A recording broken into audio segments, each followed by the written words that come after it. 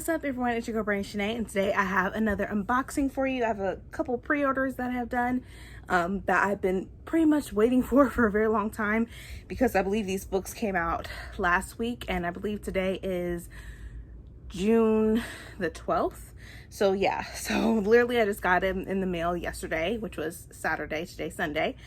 So let's go ahead and get started. So let's open this first package, and I did a pre-order from Barnes & Noble. So let's go ahead and open this. All right, okay. So this is a pre-order, like I said, and I've been looking forward to it, and I feel like this book is very relevant to pretty much what is going on today and everything that's happening. And so I had gotten The Voting Booth by Brandy Colbert. I had read her other book, Finding Yvonne, which I really enjoyed. I haven't read any of her other books yet, but I plan on doing so in the future. But I just love this cover so much. And the thing that I said that the reason why this book is so relevant is because, you know, voting is this year for a new president and everything like that. So this book came out in a really good time. The timing was just perfect. But yeah, the cover is beautiful. And it says, "Make it count." And there's hearts on there, so I wonder what that is about. Maybe there's a little romance in it. So here's the cover. And then when I take off the sleeve, ooh, it's red with, you know, silver gray foiling right there. And it says The Voting Booth. I like how it has a little arrow. And so let me read the synopsis to see what it's about, because I really don't know the gist of it, but I'm excited to read it, and I might just add this to my TBR for this month. So I might just take out one book that I was going to read this month and put this in, because this looks like a very quick read. And in my previous videos, I'm now 37 weeks pregnant. I'm trying to read as many books as I can before I have the baby, because I feel like I'm gonna be out of it and tired, and who knows if I'm gonna have the energy to read. So yeah, so let's see. It says, let's see. From Stonewall award-winning author Brandy Colbert comes an all-in-one-day love story perfect for fans of The Sun Is Also Star. So all of this happens in one day. So that's crazy, but exciting. It says, Marva Sheridan was born ready for this day. She's always been driven to make a difference in the world, and what better way than to vote in her first election. Duke Crenshaw is so done with this election. He just wants to get voting over with so he can prepare for his band's first paying gig tonight. Only problem? Duke can't vote.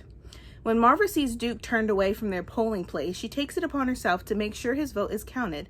She hasn't spent months doorbelling and registering voters just to see someone denied their right. And that's how their whirlwind day begins.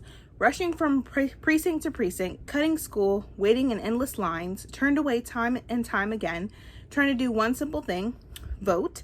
They may have started out as strangers, but as Duke and Marva team up to beat a rigged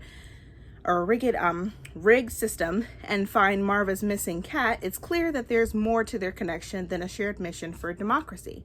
Romantic and triumphant, The Voting Booth is proof that you can't sit around waiting for the world to change, but some things are meant to be. So this is really exciting. I'm looking forward to reading this. Like I said, the cover is beautiful. Marva and Duke, I can't wait to find out more about them.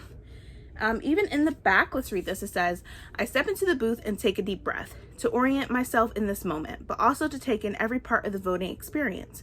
It smells musty. I insert my ballot like the woman instructed and flip open the guide. I take one time to read each paragraph and carefully fill in the circles on my ballot, a surge of pride coursing through me with each vote I make. I don't know how Alec can say this doesn't matter. When I'm done, a man with round glasses takes my ballot and feeds it into the machine. Thank you for voting, he says, handing me a giant sticker that says I voted. I immediately peel it off, press it over my heart, and say, thank you. I must have taken longer than I thought, because the guy with the headphones is standing at the check-in desk, talking to the red braid woman. His headphones are looped around his neck now. The woman scans the list all the way from top to bottom, page to page, until she gets to the end. She looks up at him and shakes her head. Sorry, she says, her face sincerely full of apology. You're not on the list. Oh, and there's a little cat too. That's missing, I guess. But yeah, so I pre-ordered this from Barnes & Noble, and I cannot wait to read this. I'm probably going to add this to my TBR for July. So watch out for that. So here's the first book that I pre-ordered. All right, this is also another pre-order for Barnes & Nobles. I have been dying to get my hands on this book for forever. So let me just show you what it is. All right. Oh my God, this book is gorgeous. All right, so the next book that I pre-ordered, which I'm reading for this month, it's part of my TBR, and that is Cinderella is Dead by Kaylin Barron. It's been a long time coming. This book has been everywhere over Twitter, BookTube, Instagram, and it looks even more beautiful in person. But this is just gorgeous, and it's a Cinderella retelling, which I love retellings. As you can see, I have the Lunar Chronicles, and then I'm going to be reading this soon of the Akatar series as well. So I'm all for it. Just look at it. Isn't it just beautiful? Like, just, oh my gosh. Cannot wait. So yeah, I'm also gonna be doing a vlog starting tomorrow, which is Monday. So you're gonna be seeing that video. I'm trying to get into the groove of doing vlogs. I'm terrible at vlogs, but I want to get better at it for you guys. So yeah, so you'll be seeing this book and another book in my vlog. So watch out for that when that comes up on my channel. But yeah, this is so beautiful. And then when it's naked, ooh, it's blue. I like that. So the book is purple with silver foiling. Oh my God, that's just beautiful. I like this a lot. Like the cover, like the color combination is beautiful. Oh, wow. But let me go ahead and read the synopsis, because I've heard pretty much a lot about like what's about this book, but I want to read it to all of you. So it says, it's been 200 years since Cinderella found her prince, but the fairy tale is over. Now, teen girls are required to appear at the annual ball, where the men of the kingdom select wives based on a girl's display of finery. If a suitable match is not found, the girls not chosen are never heard from again. 16-year-old Sophia would much rather marry Aaron, her childhood best friend, than parade in front of suitors. At the ball, Sophia makes the desperate decision to flee and finds herself hiding in Cinderella's mausoleum. There she meets Constance, the last known descendant of Cinderella, and her stepsisters. Together they vow to bring down the king once and for all, and in the process they learn that there's more to Cinderella's story than they ever knew. This fresh take on a classic tale will make readers question what they've always been told about happily ever after, and root for girls to break down the constructs of the world around them. Oh my God. So I'm excited. Yeah, like I said, watch out for the vlog, you guys, because this is going to be an interesting vlog. I'm definitely going to be using these to annotate, possibly. This book is so beautiful. I don't want to write in it, but it's my copy. I'm going to do what I want. Oh my gosh. But yeah, so I'll do that, and I'll probably use some of my colorful pens that I got right there, you know, just to see. But yeah, I'm definitely looking forward to reading this. This cover is gorgeous and amazing. It even says on the back, Kaylin Barron does more than rewrite a fairy tale. She breaks it apart and rebuilds it into a wholly original and captivating story where girls finally decide for themselves who lives happily ever after. That was said by Bridget Kemmerer, who wrote Curse So Dark and Lonely, which I haven't read. I probably never will read, unfortunately. But I don't know. But yeah, so this is the other pre-order that I got, and I love this cover. It's so beautiful. I actually like this cover better than the UK cover. Yeah. So there's that. Then this next pre-order that I got, I pretty much had gotten the first 2 books, and so I just wanted to finish it. That way I can just binge read the series, because I keep hearing so much about it. So I'm looking forward to it. I don't know when I'm going to start the series, but I know eventually, once I have time to do so, I will just binge read the series, since I have all 3 of the books now. So this last pre-order that I had got, and the cover is beautiful. Now I will let you know, the first 2 books I got, they're paperback. I really don't have the funds right now to be buying a lot of hardcovers. So yeah, so the first 2 books of the series is in paperback, and this one, of course, since it is a pre-order, is in hardback or hardcover. And that is The Empire of Gold by S.A. Chakraborty.